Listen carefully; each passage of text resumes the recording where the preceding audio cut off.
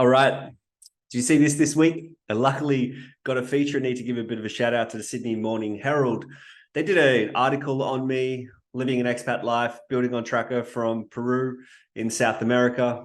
And I got 6 recommendations, which give you a cultural and culinary experience of where I've been positioned and based out in the last few years. So we're doing high living this week, sipping on some coca tea, wearing this attire. And we've seen the news this week about Amsterdam's new laws, which we've been hearing about for a long time. And finally, they start coming into effect.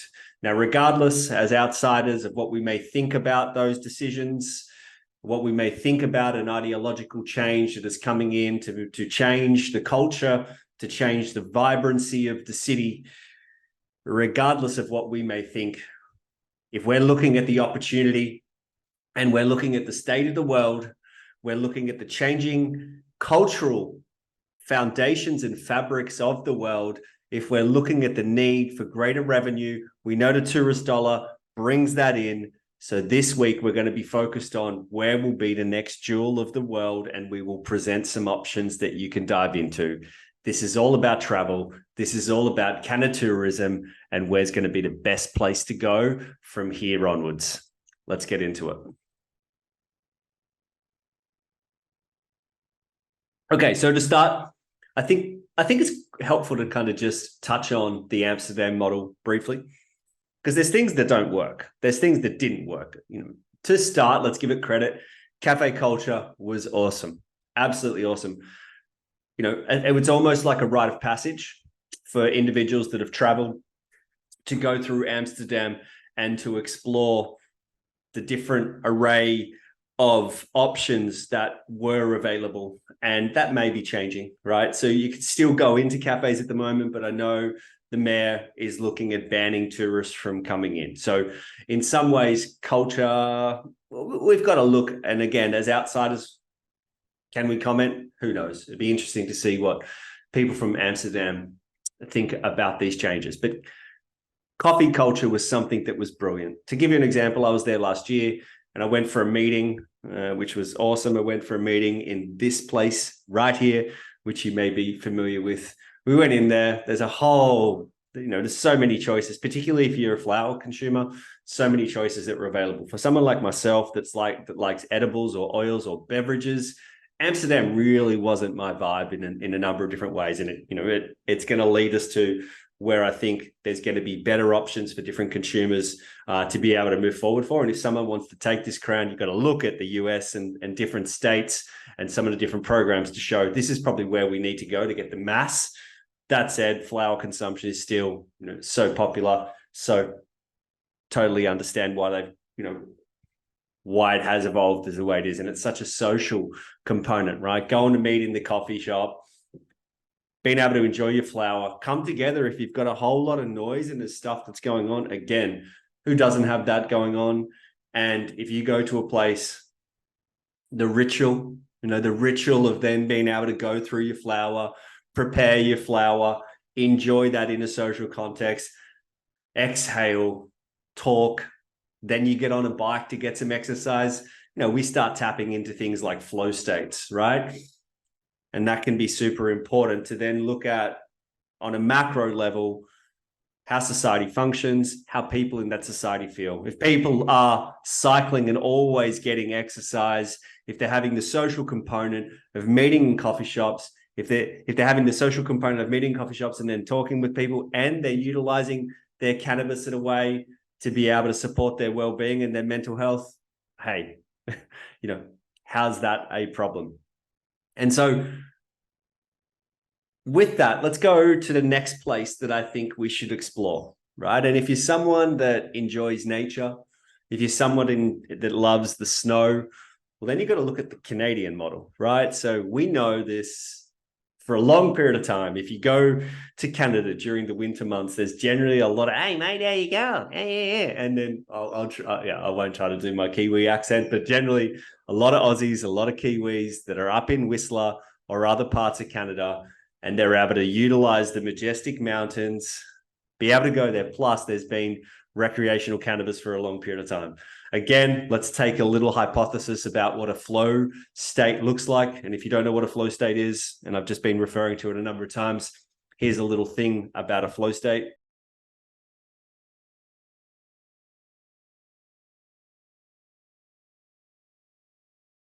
And there's so much research at the moment, there's so much interest around getting into flow states. And so we spoke about that example in Amsterdam. Let's have a look at Canada, right? So what are people doing? Firstly, they're attuned to the weather.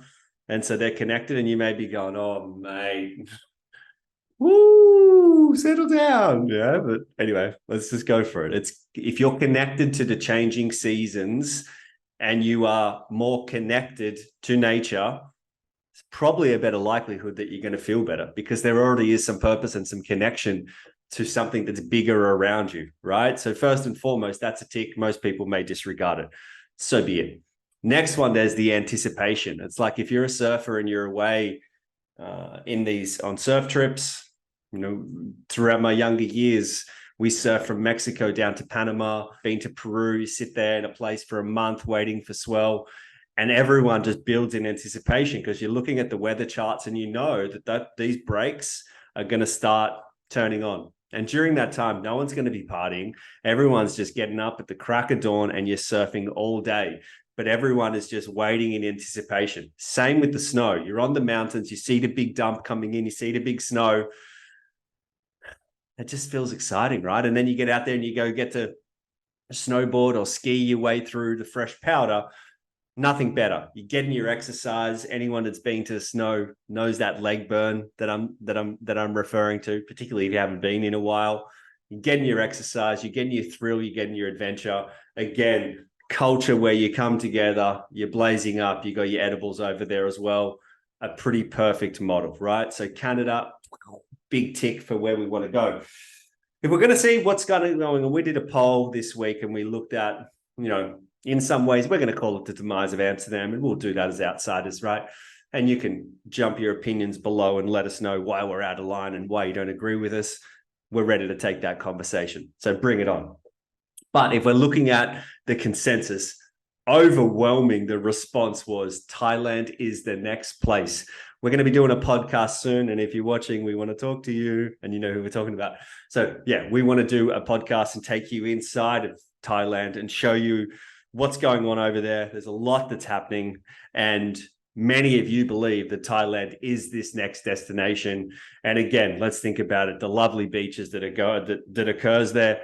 There's already the change that has been able to sweep through that country, and already the tourist dollar that is getting attracted from Asia and other areas of the world to go. Thailand was already a place that was highly desirable. You've got culture, you've got the beaches, you've got the food, the people are beautiful.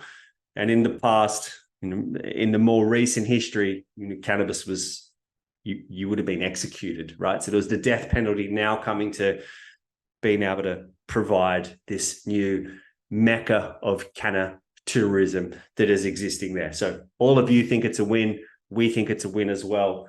Thailand, big things happening in the canna space. So watch out for that. I think we've got to give credit to the US. Like at the moment, as a tourist, you go over to the US and you can have your choice, depending on the states that you go to. You've got your choice. You get some of the best flower that can be there. I know the Canadians will say, hang on, you're going to go a little bit north to be able to get that. But yeah, okay. High quality flower. I would say the best selection of edibles, beverages, and other routes of administration. If you're like me in the middle, you're not going to be touching flower, but you want to be, microdosing your THC or macrodosing your THC, but having it in a varied way, having it in a way where it just doesn't need to or cough your lungs up, right? USA is the place. USA is definitely the place. Home delivery, straight to your door. Thank you very much. And along with that, remember this that we did recently?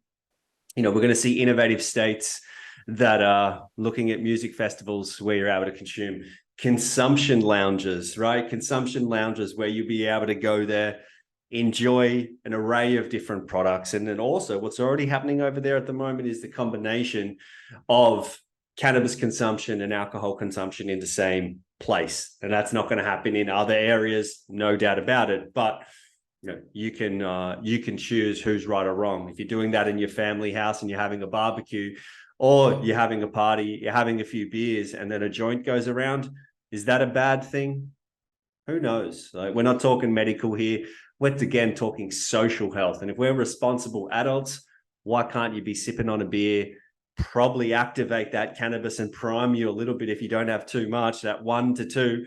Shout out to Mark Smith here for some of that information, and then be able to bring your cannabis on top of that to then have this experience. You go there, you may have 1 to 2 drinks, keep the drinks moderated at a moderate level where there's not going to be a lot of harm that can be associated with that alcohol consumption. Then moving into some of your cannabis consumption, you could have a good 3 to 4 hour hang with your friends, lots of laughs, quality food to go along with it.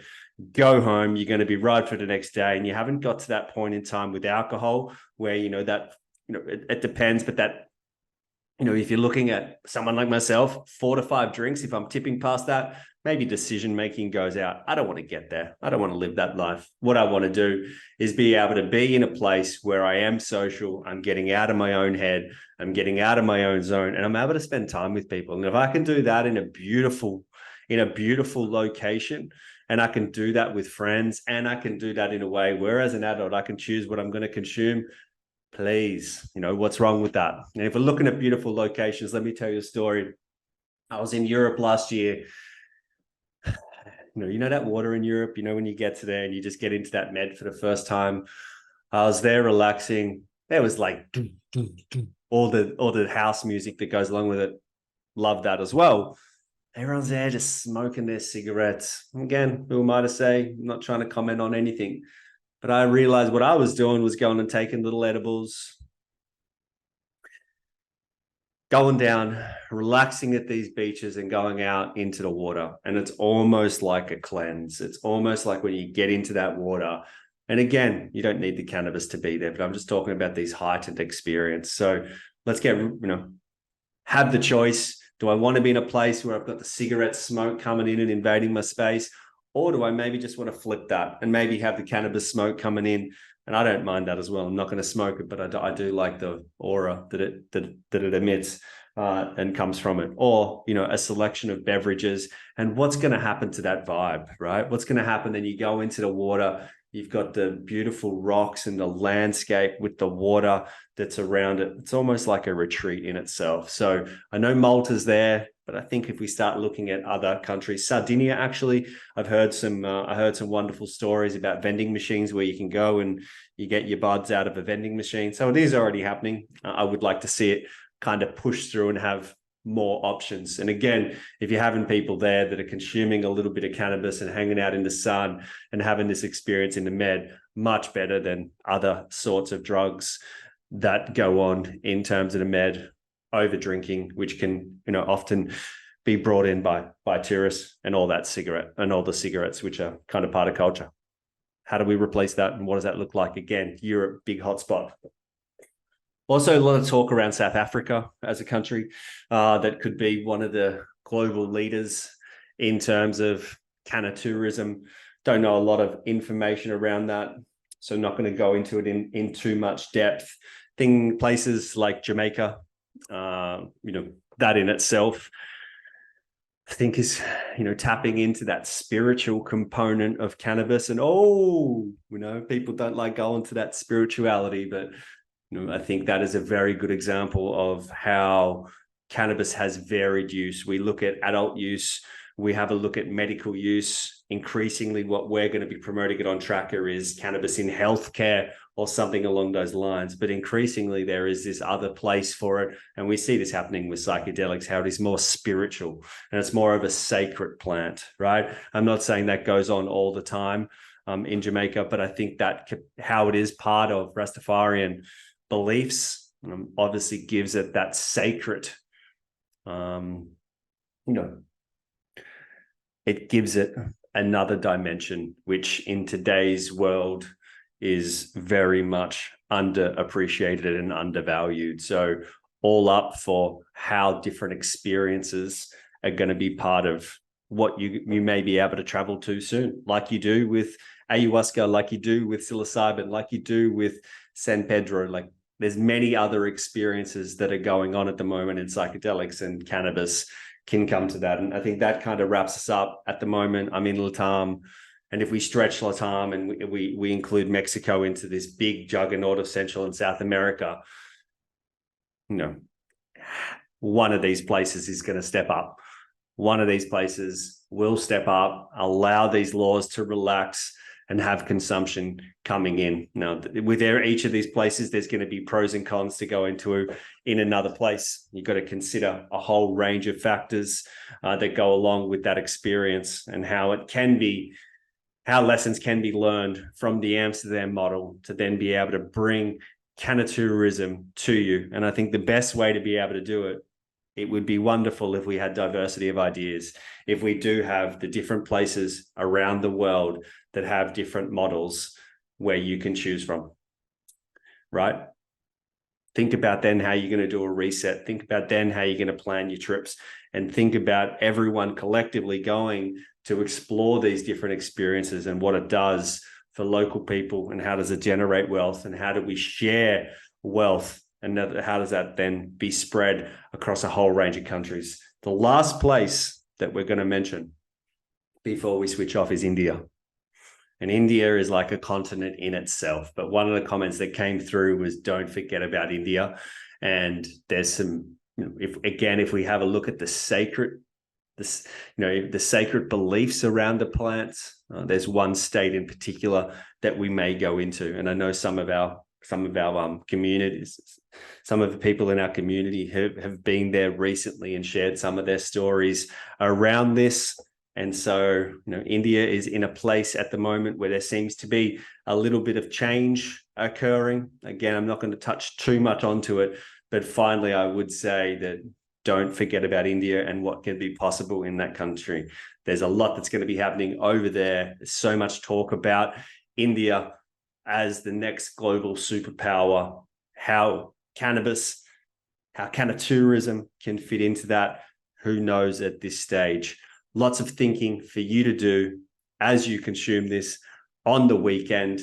Maybe you're doing this with one of your joys. And if you are, there's a little app called On Tracker that you can check out.